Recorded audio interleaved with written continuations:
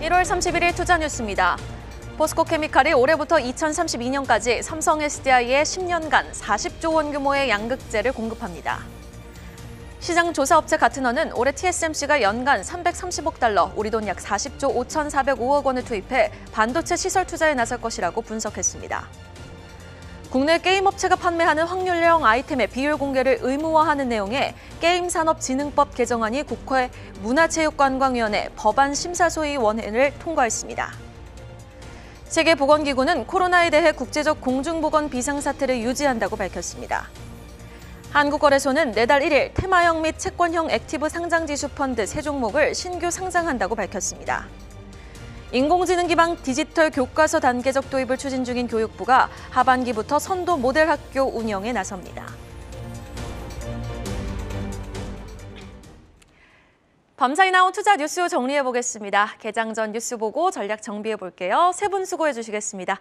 야천투자연구소 남인호 소장, LNS홀딩스 김선용 대표, 프레스티지 경영전략연구소 반종민 소장 나와주셨습니다. 어서 오세요. 자, 울트라 슈퍼위크를 맞이하는 첫 거래일, 바로 어제였습니다. 국내 증시는 대형주 매물 부담에 쉬어갔는데요. 밤사이 나온 대형주들 이슈부터 하나씩 점검해 보도록 하죠. 자, 첫 번째 이슈입니다. 오늘 삼성전자 컨퍼런스 콜이 예정되어 있죠. 반도체로 시작해 볼게요. 종합전자기업 삼성전자. 사실 삼성전자는 100% 시스템 반도체 파운드리 사업만을 영위하는 TSMC를 아주 바짝 추격하고 있는 입장입니다. 이 가운데 지금 TSMC가 올해도 삼성전자보다 더 많은 액수를 반도체 시설 투자에 좀 투입을 할 것이다라는 보고서가 나왔다라는 소식이 들려왔어요. 네, 맞습니다. 대만 TSMC가 글로벌 경기 둔화에도 불구하고 이제 반도체 침체기 예전과 비슷한 수준의 어떤 공격적인 투자를 집행한다라는 그런 내용이 나왔는데요. 반도체 세계 시장 1위 회사가 계속 유지가 될 거다라는 그런 전망이 나왔습니다. 일단 시장 조사업체 가트너라는 곳이 있는데 여기 자료에 따르면요, TSMC는 올해 연간 330억 달러, 우리나라 돈으로 40조 5,405억 정도를 투입해서 반도체 시설 투자에 나설 것이다라고 분석을 했는데요. 일단 이거는 참고 사항이지만 시장 조사업체가 얘기한 예상치입니다. 그렇기 때문에 절대 이거는 100% 신뢰도가 있는 건 아니고요. 참고용입니다. 어쨌든 이는 올해 글로벌 반도체 투자 예상액인 1,375억 달러, 하나로 약 168조 5,500억 원에 24% 정도를 차지하고 있고요. 지난해에 이어서 세계 1위를 지킬 것이다라고 전망했습니다. 어쨌든 잘 아시는 대로 반도체 경기 둔화 영향으로 지난해보다 투자액 자체는 8% 줄였습니다. 하지만 선두 자리는 그대로 유지될 것이다라는 그런 얘기가 나오고 있는데요.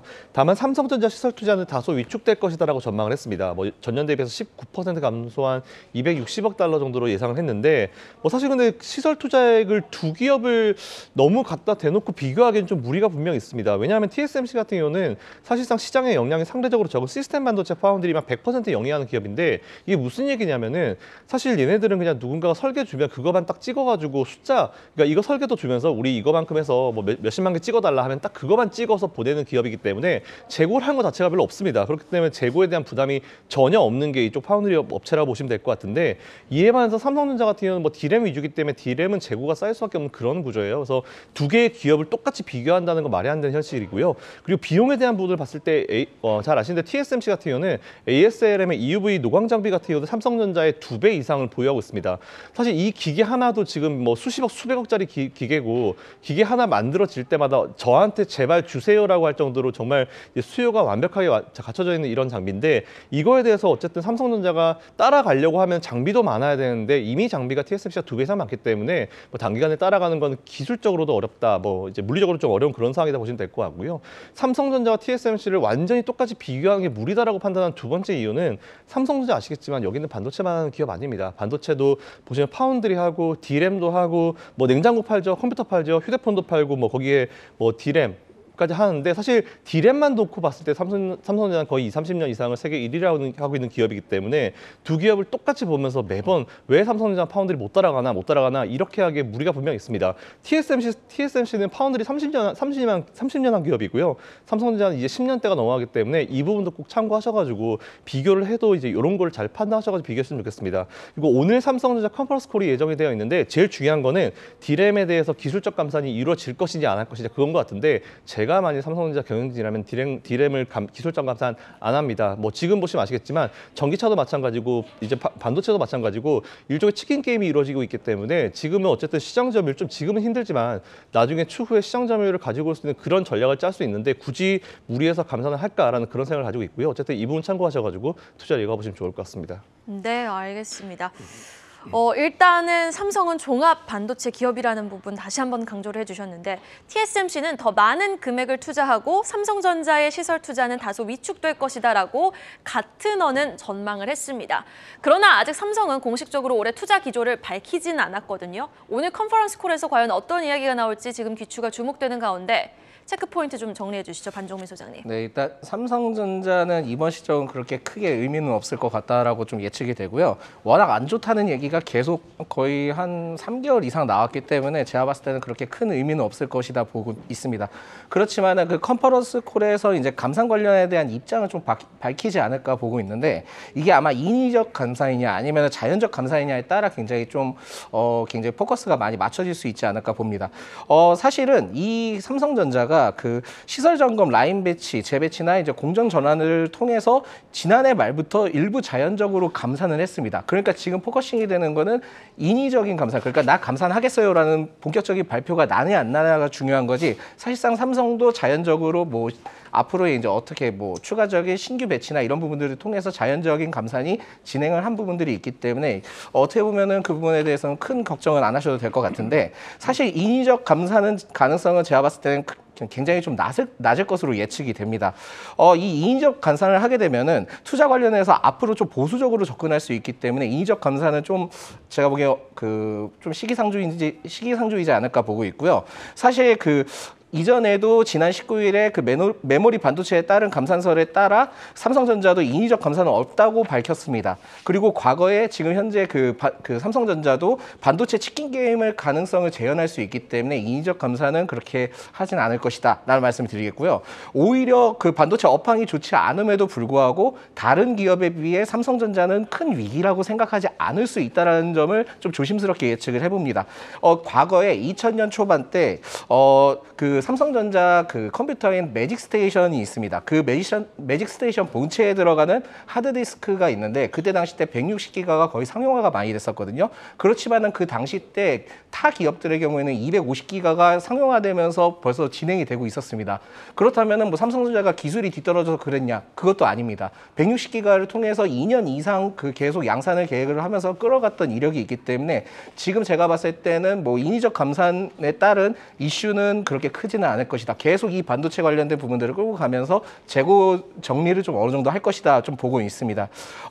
제일 중요한 부분들은 컨퍼런스 콜에서 투자 계획 발표 및 M&A 계획 등을 좀 발표를 한다면 단기적으로 어떻게 보면 인위적인 감산에 대한 어떻게 보면 이루어지지 않는다면 그거에 대해서 다소 단기적인 조정 가능성을 보일 수 있지만은 투자 계획 발표, M&A 관련된 이슈가 같이 복합된다면 이 조정 기간이 오히려 매수의 기회를 좀 포착할 수 있기 때문에 지금은 어떻게 보면은 단기적으로 좀 조정을 받았을 때는 좀 매수를 고려해 보시라 말씀드리겠고요. 반면에 이제 하이닉스 같은 경우에는 삼성전자가 감산을 하지 않을 경우에는 조정받을 수 있습니다. 조정받을 수 있고 결국은 삼성전자 이번에 컨퍼런스 콜에 관련된 인위적 감산 이슈에 따라 신규 투자는 일단 자제하시기 바라겠습니다. 즉 인위적 감산은 없다라고 발표를 다시 하게 된다면은 SK 하이닉스는 단기적으로 좀 조정받을 수 있으니까 좀 기다려 보시기 바라겠습니다.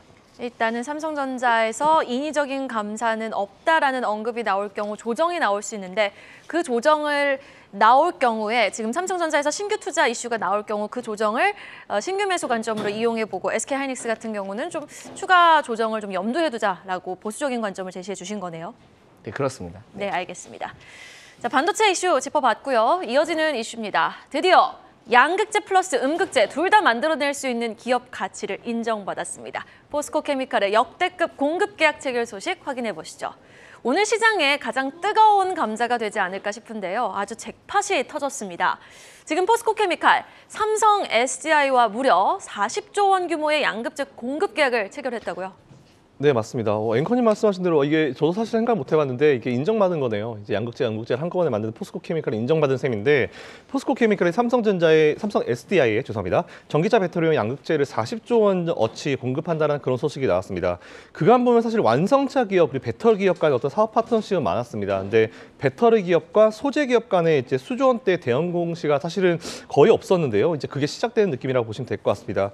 공시 내용을 좀 살펴보니까 어제 포스코 케미칼 같은 경우는 삼성 SDI와 전기차 배터리용 하이니켈 양극재를 올해부터 2032년까지 10년 동안 공급하는 계약을 체결했다라고 나와 있습니다.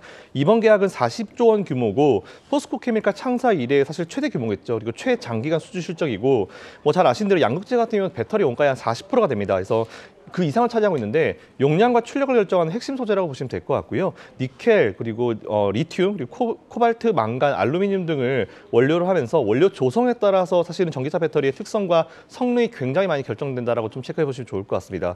이번 삼성 SDI 공급하는 이제 NCA 양극재 같은 경우는 이제 니켈 배율이 높습니다. 그래서 하이니켈 제품이다라고 보통 표현을 하는데요. 니켈 함량이 올라가면 에너지 밀도가 커져서 이제 같은 무게의 배터리로 더 긴 거리의 어떤 주행이 가능하다라는 그런 장점이 좀 있고요. 상대적으로 비싼 코발트 사용도 줄여가지고 배터리 생산 원가도 저렴해지는 효과가 있습니다. 그렇기 때문에 사실 10년 동안 계약을 체결한다는 거는 10년 동안 그래도 일단 밑에 깔고 가는 실적이 있다라는 그런 셈으로 보시면 될 것 같고요.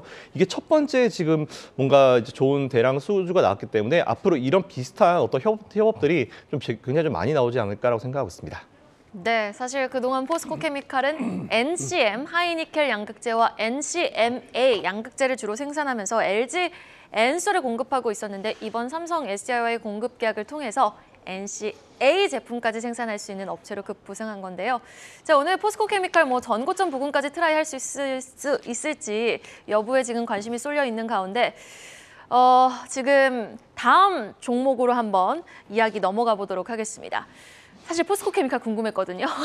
전략 궁금했는데 다음 주제로 한번 이야기 넘어가 보도록 하겠습니다. 국내 증시 지금 굉장히 반전 드라마를 쓰고 있지만은 어제 LG 엔솔의 반전 드라마만큼 반전 드라마였을까요? LG 엔솔 어제 우리 사주 물량이 해제됐음에도 불구하고 어제 막판에 돌려 세웠어요. 상승 마감에 성공을 했는데 구체적인 이야기 한번 들어볼까요? 예, 그렇습니다. 자, 시청자 여러분, 우리 한번 고사성어 한번 공부 한번 해보시죠. 소삼반초, 삼을 태워서 더욱 빛을 본다는 뜻입니다. 지금으로부터 202여 년 전입니다. 1820년대에 바로 조선 상인인 임상옥이 산삼, 인삼이죠. 홍삼이니까 인삼을 1000뿌리를 가지고 중국에 갔습니다. 그래가지고 자, 한 뿌리에 10량, 10량입니다 했더니 그때 딱 이미 중국 상인들이 체인을 가졌죠. 딱 가져가지고 야, 우리 사지 말자. 한 달 뒤면 임상옥 다시 저거 팔지 못하면 저 가지고 가야 되니까 사지 말자 그랬습니다. 그래가지고 보름 지나고 이제 마지막 임상옥 돌아가기 하루 전날이죠. 자, 이제 우리 가서 임상옥한테 쇼부 한번 치자 이랬겠죠. 자, 쇼 바꾸겠습니다. 우리 가격 협상 한번 하자 그랬겠죠. 딱 갔더니 어떻게 됐습니까? 임상옥이 곡간 두 군데다가 한쪽에 인삼 500뿌리, 한쪽에 500뿌리인데 야, 저거 곡간 하나 빼서 다 불태워라. 그리고 기름 붓고 인삼을 500뿌리를 불태워버린 겁니다. 그걸 보는 중국 상인들 어떻겠습니까? 기겁을 했겠죠. 그리고 또 한 번 그랬죠. 자, 나머지 저것도 빼서 불태워라 그랬더니 중국 상인들이 그만 우리가 사겠어. 자, 10량씩 사겠어 하니까 임상옥이 뭐라 합니까? 빙긋이 웃으면서 10량 웃기지 마시오. 지금부터는 50량입니다. 그 50량을 중국 상인들이 샀습니까? 안 샀습니까? 다 샀다고 나와 있습니다. 저희가 왜 이렇게 길게 말씀드리냐? 지금 LG 에너지 솔루션이 그와 비슷한 상황이다라고 말씀드립니다. 이유는 두 가지입니다. 1번, LG 에너지 솔루션 지금 시가총액 2위입니다. 2위. 그리고 2번이 뭐냐? 지금 외국인 투자가들이 시가총액 2위인 LG 에너지 솔루션 몇 프로 가지고 있습니까? 5%밖에 안 가지고 있습니다. 시가총액 1위 삼성전자 몇 프로 가지고 있습니까? 50% 가지고 있습니다. 시가총액 3위 하이닉스 몇 프로 가지고 있습니까? 50% 가지고 있습니다. 외국인 투자가들이 한국 주식시장에서 앞으로도 계속 돈을 벌려면 시가총액 2위인 LG 에너지 솔루션을 아무리 적어도 20%, 많으면 30%는 무조건 사야 됩니다. 그거는 더 말할 필요가 없는 너무나 명약관한 얘기입니다. 결론은 뭐냐? 지금 4조 원에 달하는 LG 에너지 솔루션 직원들의 우리 사주가 이제 물량이 어제부터 풀렸는데 물론 급한 분들도 계시겠죠. 오랫동안 1년 동안 못 파셨으니까 뭐 결혼 자금도 마련하고 전세금도 올려야 되고 해서 파시는 거 어쩔 수 없습니다. 그러나 여러분들이 조금만 기다리시면 짧게는 3개월, 길게 6개월만 기다리시면 지금 가격보다도 LG 에너지 솔루션은 훨씬 더 비싸게 파실 수 있다 하는 말씀을 드리겠습니다. 네, 조금만 더 기다리면 훨씬 비싼 가격에 매도할 수 있다. 긍정적인 진단 내려주셨습니다. 구체적인 전략 들어볼 텐데요. 저 기억합니다. 반종민 소장님 지금 50만 원 상회하면은 LG 에너지 솔루션 추가 매수도 좀 고려해 볼 수 있겠다라고 지난번 출연 때 말씀해 주셨거든요. 지금 시점에서는 그러면 신규 매수도 가능한 겁니까? 네, 제가 봤을 때는 신규 매수 시점 포인트로 좀 볼 수 있겠고요. 네. 사실 뭐 이제 어제 잠깐 말씀드리자면은 뭐 마이너스 3%로 시작하면서 플러스로 이제 전환이 되면서 마무리가 됐습니다. 근데 이제 그 사실 이게 그 개인 투자자들의 이제 매도세가 나오면서 외국인과 기관 투자자들이 그 매물 물량을 받아냈는데 이게 사실 그렇습니다. 그러니까 우리 사주의 뭐 기준에 따지면은 기준 공모가 대비 한 68% 상승을 했는데 뭐 기존 분들이 이제 가지고 계실 때 뭐 42.195 뭐 만 원 이렇게 해서 갖고 계시는 것보다는 거의 뭐 10만 단위로 거의 이 부분에서는 그 매도 시점을 보고 판단을 하고 있기 때문에 투자자 심리 역시 50만 원 이사 시 충족 구간으로 좀 판단이 됐었기 때문에 그때 당시 때 50만 원을 좀 말씀드린 거고요. 사실 아직 모든 물량이 출하되지는 않은 것으로 좀 보여지고 있기 때문에 좀 더 이 부분들을 관찰할 필요가 있는데 사실상 그 50만 원 이하 하회하면서도 다시 이제 물량을 받아지는 모습들을 봤을 때는 제가 봤을 때는 55에서 57만 원까지도 지금 단기적으로는 좀 더 갈 수 있지 않을까 보고 있습니다. 사실 뭐 최근에 그 실적은 뭐 그렇게 좀 밑도는 실적이 나와줬는데 이게 성과금이나 일회성 비용이 좀 발생되면서 나와줬던 거고 이뿐만이 아니라 뭐 기본적으로 ESS 사회 교체 비용과 관련된 부분들까지 같이 복합되면서 좀 안 좋게 나왔던 겁니다. 하지만은 지역별 그 캐파 확장을 좀 계획하고 있고요. 유럽, 아시아, 북미 쪽에서도 스마트 팩토리 글로벌 SCM을 구축을 통해서 수익성 확보할 계획을 갖고 있기 때문에 앞으로도 장기적으로는 좀 더 좋아질 수 있다 말씀드리겠습니다. 그래서 제가 봤을 때 현 구간에서 매수를 해도 굉장히 좀 좋은 시점이고 당분간은 제가 봤을 때는 소폭으로 상승세를 꾸준히 이어갈 가능성이 매우 높습니다. 그렇기 때문에 만약에 아까도 이제 말씀드렸지만은 목표를 둬야 된다면 55에서 57까지는 그래도 무난하게 갈 수 있지 않을까 보는데 60만 원 되면은 일부 또 물량이 출하될 수 있기 때문에 그 점을 좀 염두하시면서 접근하시면 괜찮다라는 말씀드리겠습니다. 단기적으로는 55만 원, 57만 원 돌파 가능하고 또 중장기적으로도 기노후브로도 LG엔솔은 긍정적으로 지켜볼 만하다라고 또 우리 남인호 소장님이 정리해 주셨습니다. 다음 기사 보시죠. 게임 내 확률형 아이템 규제 법안이 국회 문턱을 넘었습니다. 게임 하시는 분들 많으실지 모르겠어요. 확률형 아이템, 이거 게임사에는 막대한 이익을 주는 반면에 이용자들에게는 사행성을 조장하고 있다라고 알고 있거든요. 우리 전문가에게 들어보죠. 좀 구체적으로 알려주실까요? 네, 지금 배경화면이 보니까 수가 확 올라왔네요. 뭐 게임사가 판매하는 뭐 잘 아시겠지만 현재 게임사가 판매하는 확률형 아이템 구성 비율 공개 의무화 개정 법안이 이제 법안 심사소위원회를 통과했다는 그런 소식이 나왔습니다. 일단 내용을 좀 보면은 어쨌든 이에 따라서 이제 게임을 제작, 배급, 제공하는 그런 주체 같은 경우에 이제 확률형 아이템의 종류와 확률을 표시해라 이런 얘기가 나왔는데요. 뭐 거짓으로 표시하는 경우에 그냥 이렇게 얘기 나와 있습니다. 될지 안 될지 모르겠지만 뭐 시정 공고하고 명령 내릴 수 있고 뭐 따르지 않을 경우에 2년 이하의 징역 또는 2천만 원 이하의 벌금을 받는다고 하는데 사실 이거로 벌어들이는 게 얼마인데 2천만 원 벌금입니까? 이건 진짜 말이 안 되는 것 같고요. 어쨌든 확률에 대한 부분은 이미 큰 게임사 같은 경우는 이미 공개를 합니다. 근데 그 확률이 맞지 않기 때문에 유저들이 문제를 많이 문제 삼는 거고요. 게임 아이템 확률과 함께 문제가 되는 게 뭐냐면 또 강화 확률이에요. 그러니까 보통 아이템을 업그레이드 시킬 때 그 확률 자체도 굉장히 뭐 이제 오픈된 것과 다르다는 건데 이게 확률을 공개하는 게 문제가 아니고요. 그 확률이 정말 그대로 지켜지는지가 사실 문제인데 뭐 그것까지는 어떻게 뭐 규제할지 안 할지는 잘 모르겠습니다. 근데 어쨌든 포인트는 그거니까 조금 더 깊게 좀 포인트를 잡아가지고 이런 개정 법안이 좀 통과됐으면 좋겠다라는 그런 개인적인 바람을 좀 가지고 있고요. 이게 사실 당장 뭐 현재 그런 게임 기업들의 어떤 주가에 영향을 미치지는 않을 겁니다. 근데 이건 사실 게임 기업들의 신뢰와 연결이 되는 부분이고 이것과 관련해가지고 많은 게임 기업들이 신뢰를 잃어버린 적이 있기 때문에 이게 앞으로 사실 어쨌든 뭐 유저들을 정말 속된 표현으로 호구 삼아서 이제 그렇게 사업을 하면 안 되겠죠. 그래서 저는 이런 부분들이 좀 명확하게 좀 되고 그리고 그 확률에 따라서 명확하게 되고 강화든지 뭐 게임 아이템 확률이라든지 이런 부분이 그래도 이제 이용하는 유저들 좀 생각을 해서 좀 잘 이제 신뢰도 있게 오픈했으면 좋겠다는 그런 개인적인 바람을 가지고 있고요. 이런 부분이 아무래도 장기적으로 게임 관련 기업들의 어떤 신뢰도와 연결될 수 있는 부분이기 때문에 그 부분 체크하셔가지고 투자하시면 좋을 것 같습니다. 네, 뭐 국내 증시 주가에 관련돼서 바로 움직임을 줄 수 있는 이슈는 아닐지언정 그래도 게임 사업에 대해서 굉장히 신뢰도에 큰 영향을 미칠 수 있는 이슈 같거든요. 여기에다 더불어서 또 미르-M 글로벌이 또 출시가 된다라고 합니다. 관련해서 게임주들의 투자 전략은 좀 어떻게 챙겨가면 좋을지 체크 포인트 좀 정리해 주실까요? 네, 일단 이 게임산업법 개정안은 그 5건을 병합 심사할 예정입니다. 그 부분들을 좀 참고하시는 게 나을 것 같고요. 사실 과거 2015년부터 이 개별 게임 아이템 확률에 대한 제공하도록 이제 권고를 했습니다. ENC 경고나 공표 등을 제재를 했던 부분들이 있긴 한데 이게 또 자유규제 특성상 구속력이 없어서 실효성에 대해서 논란이 많은 상황이었었습니다. 대표적으로 2021년 때 그 조작 의혹에 관련해서 트럭 시위가 있었던 이력이 있었고요.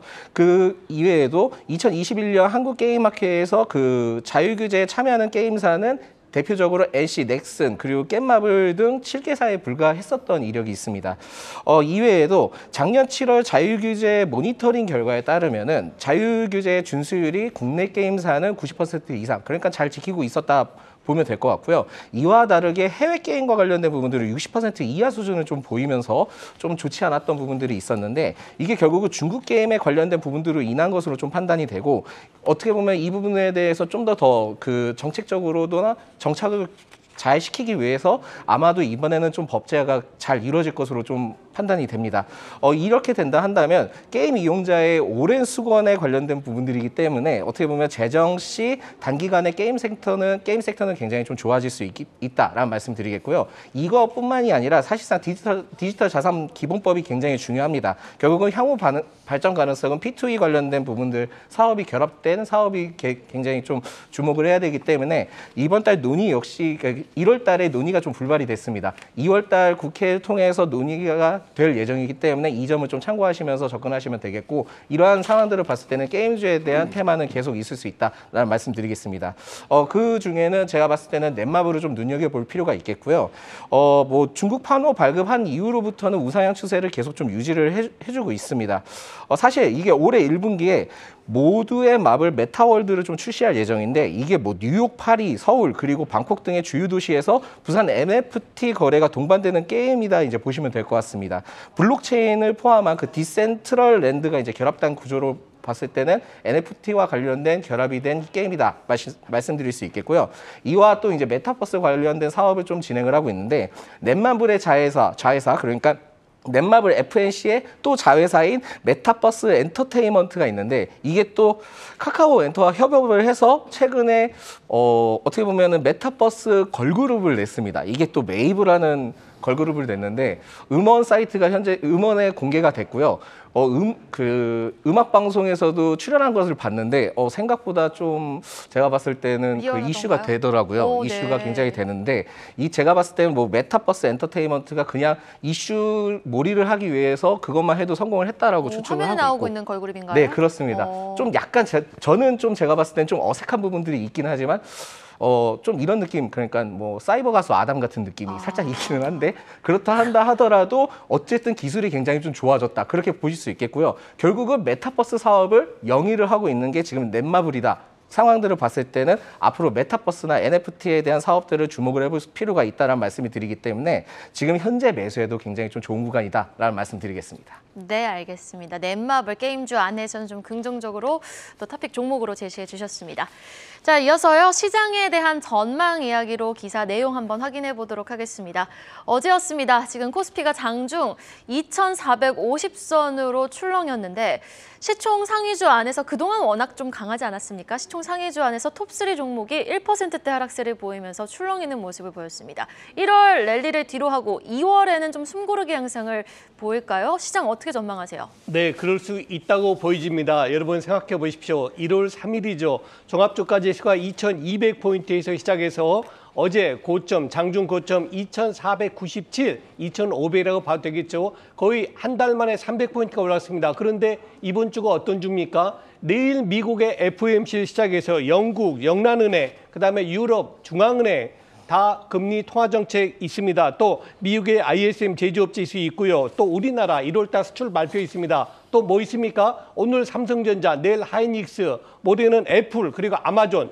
말 그대로 세계의 모든 경제 지표하고 기업들, 주요 기업들 실적이 다 발표됩니다. 여기서 단 한두 개만이라도 삐끗하면 어떻게 될까요? 그동안 300포인트 정도 올라왔던 종합주가지수 와르르 무너질 수 있습니다. 어제 잠깐 보셨죠? 장중에 40포인트 이상 급락하는 거. 이게 왜 그럴까요? 그동안에 우리 시장에 바라는 뷰는 좋을 것이다, 좋아질 거야 이렇게만 봤는데 실제 우리가 기대했던 것과 반대로 나온다면 만일 내일 제롬 파월 의장이 피봇은커녕 앞으로 계속 금리 올려야 된다 이렇게 말해버리면 어떻게 될까요? 시장은 충격받겠죠. 저는 그동안 이 자리에서 여러분께 여러 차례 말씀드렸습니다. 외국인 투자가들의 포지션 상단은 지금 2430입니다. 그 얘기는 뭡니까? 2430포인트를 다음 주 목요일 날 2월 옵션 만기일입니다. 2430포인트 전으로 만들겠다. 즉 지금 코스피 지수의 중심축은 2430이다. 이걸 뜻합니다. 저는 그래서 당분간 우리 시청자분들 너무 적극적인 매수보다는 오히려 조금은 관망 내지는 보수적 전략을 권해드립니다. 네, 2월 달에는 다소 숨고르기 양상을 볼 수 있다. 조금은 보수적인 스탠스가 필요하다라고 정리를 해주셨는데, 자 그럼 반종민 소장님도 이 의견에 동의하시는지 어떤 투자 전략이 좀 현명한 전략일까요? 예, 이 부분에서 굉장히 좀 동의하고요. 뭐 최근에 AI 반도체 이슈가 나오고 있기 때문에 그 관련된 기업을 봤을 때는 네이버를 좀 눈여겨볼 필요가 있다라는 말씀드리겠습니다. 사실 그 네이버가 그 국산 AI 반도체 업체와 협업 체계를 좀 구축할 수 있는 그 기대감을 갖고 있습니다. 현재 그 정보통신산업진흥원의 그 모집 공고를 낸 AI 반도체 컨소시엄 사업에 그 참여를 할 계획을 갖고 있는데 이게 또 2차 접수를 검토를 하고 있습니다. 이외에 이것뿐만이 아니라 초거대 그 AI 그 하이퍼 클로바를 통한 그 AI 안부전화 서비스에 대한 맞춤형 대화 기능을 또 추가를 했고 네이버가 또 삼성전자와 함께 초거대 AI를 위한 그 AI 반도체 및 솔루션 개발에 그 어떻게 보면 돌입을 했기 때문에 앞으로 이 점을 좀 클라우드와 관련된 부분들을 참고해서 볼 필요가 있다라는 말씀드리겠고요. 최근에 그 챗 GPT 이슈가 나오면서 AI 관련된 종목들이 매우 주목되고 있습니다. 뭐 대표적으로 이 부분들을 봤을 때는 KT가 그 챗 GPT를 통해서 한국형 GPT를 좀 상용화할 계획을 갖고 있기 때문에 이 점을 참고를 하겠지만 네이버 역시 이런 부분들을 놓치지 않을 것으로 판단이 됩니다. 정보 검색에 관련된 부분들을 봤을 때는 2000년 초반 때는 다음을 많이 검색했다면 지금 네이버를 많이 검색을 하거든요. 최근에 또한 그 네이버는 챗봇 또한 그러니까 HR 관련된 부분들에서도 행동 경제학, 즉 그 인간의 행동을 관찰해서 어떤 결과를 발생하는지 분석하는 부분들을 소프트웨어적으로 결합을 시키면서 테크 기술에 관련된 부분들도 관심을 갖고 있기 때문에 제가 봤을 때는 AI 관련된 부분들에 대해 그 네이버도 굉장히 크게 이슈를 가질 수 있다라는 말씀 드리겠습니다. 그래서 현 구간에 굉장히 좀 투자 매력도가 높고요. 제가 봤을 때는 25만 원까지는 그래도 기대해 볼 수 있지 않을까라는 말씀 드리겠습니다. 네, 네이버에 대해서 조금 긍정적인 관점, 시장은 좀 쉬어갈 수 있지만은 또 대표 성장주 네이버에 대해서 긍정적인 진단 들어봤습니다. 자, 마지막 기사는요. 자, 이렇게 상승장 안에서도요. 하락장에 베팅한 개인들에 관련된 기사였습니다. 코스피가 1월 한 달 동안 10% 가까이 뛰지 않았습니까? 이 상황 속에서도 하락장에 베팅한 개인 투자자들 마이너스 수익률이 상당할 텐데 자, 그러면 2월 달에 조정이 온다면 이분들은 계속해서 이 지금 상품을 계속 들고 가도 좋은 걸까요? 그렇게 되겠죠. 자, 그런데 문제가 하나 있습니다. 1월 2일부터 1월 27일까지 어제 그제까지 인버스를 샀다는 얘기입니다. 여러분 아시죠? 인버스는 내려가면 수익이 나고 올라가면 손실 나는 거고요. 레버리지는 올라가면 이익 나고 내려가면 손실 나는 겁니다. 그런데 개인 투자가들이 2200포인트에서 2500까지 오니까 이제 내려갈 거야. 2000포인트 무너질 거야. 이렇게 예측을 하면서 계속 인버스를 산 겁니다. 제가 이생크님 말씀대로 이 포지션 계속 유지하면 돈 벌겠죠? 돈 벌죠. 그런데 문제는 뭐냐? 이제 어제부터 벌써 나타났죠. 주가 급락하니까 이제는 뭐냐? 인버스 정리하고 또 레버리지 삽니다. 왜 제가 이 말씀 드리냐면요. 우리 개인 투자자분들의 가장 안타까운 사실 했지. 즉 주가가 삼성전자를 사가지고 삼성전자가 55,000원이 65,000원 돼가지고 삼성전자 선물 매도 치는 해지는 굉장히 바람직하고 좋은 좋은 매매입니다. 그런데 삼성전자 이제 내려갈 거야 하고 그냥 아무것도 없이 네이키드로 삼성전자 선물 매도 치는 건 매우 바람직하지 못하다. 그 얘기 들은 겁니다. 즉 예측 매매는 반드시 손실을 볼 수밖에 없기 때문에 저는 대응 매매하는 것이 좋다. 절대로 지금 오늘 내렸기 때문에 내일은 올라갈 거야. 그런 것보다는 조금 길게 보시는 외국인 투자가들처럼 좀 긴 안목으로 보시는 투자를 해 주십사 하는 말씀을 드리겠습니다.